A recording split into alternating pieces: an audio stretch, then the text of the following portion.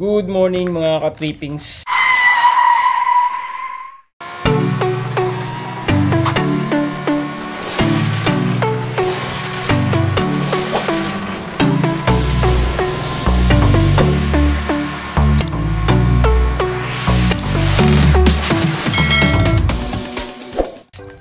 Update lang sa ating DIY installation ng auto folding side mirror.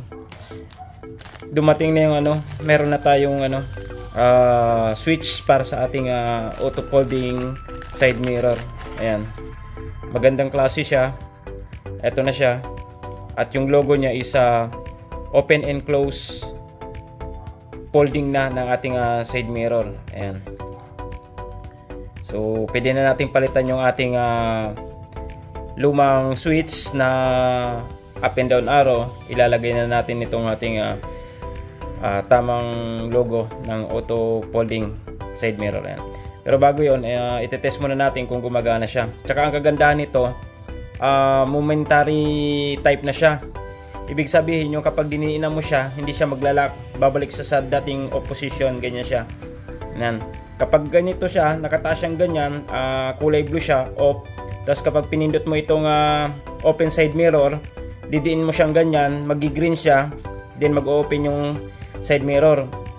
Pag binitawan mo, babalik sa opposition, then pag i-close mo yung side mirror, pipindutin mo itong taas, ganyan mo siya, magi-green din siya, mag-pull yung side mirror, then release lang, naka-opposition na siya.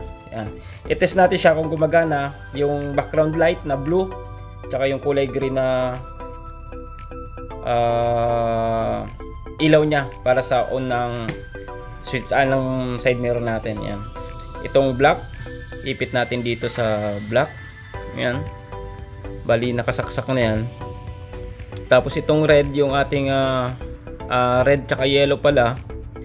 Yan yung magkasama. I-test natin kung gumagana. Yan, red tsaka yellow. Ayun. Kita nyo? Ayan. Gumana na yung background light natin. So, ibig sabihin niya, naka-off siya.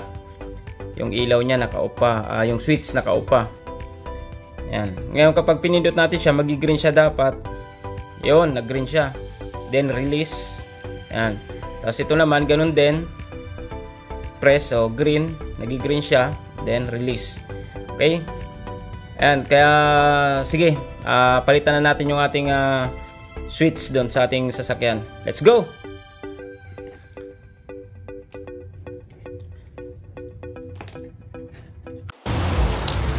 Ayan, papalitan na natin. Open natin yung ating side mirror.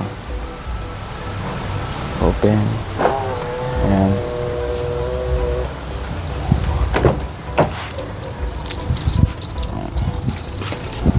Ayan, bali ito yung switch natin na dati. Kita ba? Ayan. Naka-on pa yung natin pala. Ito yung switch natin na nilagay natin dati, di ba? Ayan, tanggalin natin yung tape para makita nyo.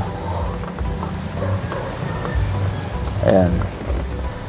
Up and down arrow lang yan siya. Ayan.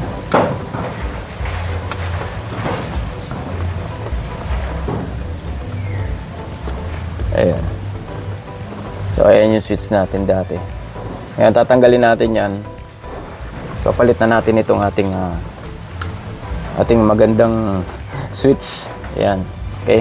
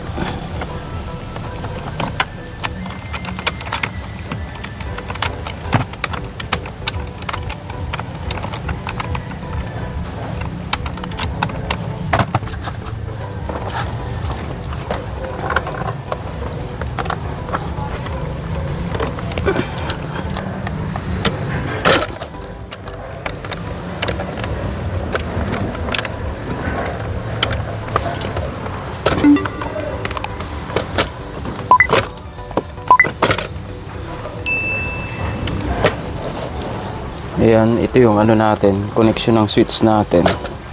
Ito. Bali, tanggalin lang natin tong socket niya. Ayan, tapos tanggalin natin to.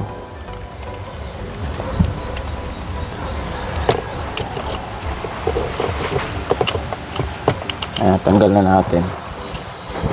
Ayan.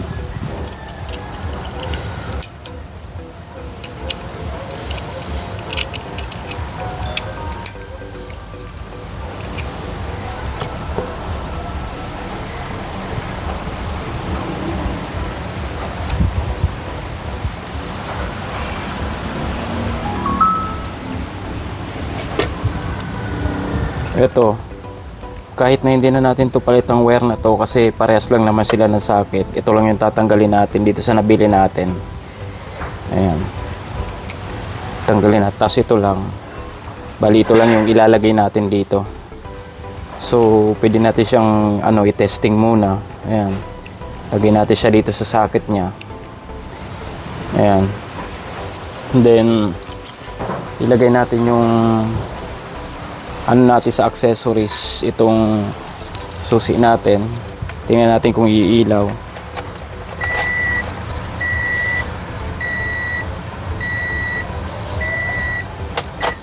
Ayan, so gumana siya.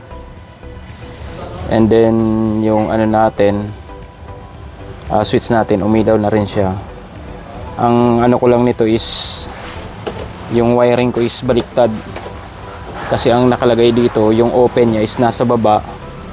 Tapos yung close niya is nasa taas. Ayan, medyo nagkabaliktad yung ano niya. Pero eto, pwede naman natin pagbaliktarin to.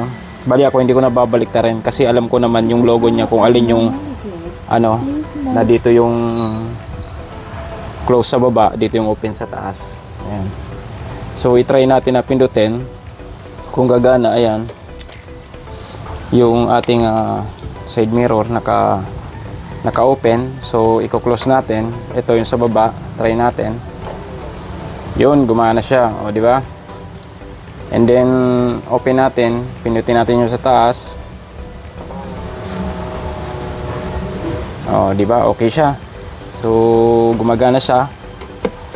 Ang gagawin natin is ilalagay na natin itong switch sa ano niya, dito sa cover niya, okay? So patayin na natin to. Ayan, off siya. Ayan, tanggalin natin to, tapos ilagay na natin dito siya. Ayan, ano lang naman to, salpak lang naman yan, plug and play naman yan. Ayan, o diba, saktong sakto siya. Then ilagay na natin tong socket. Ayan, okay. Ayan, ilagay na natin.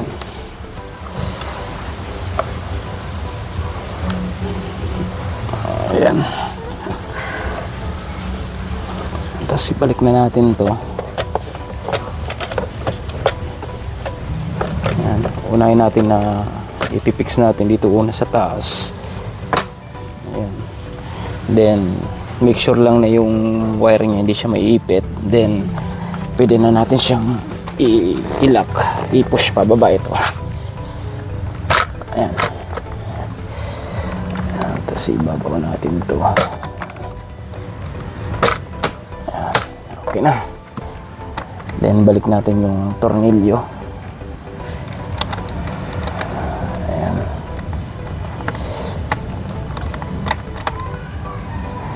Okay.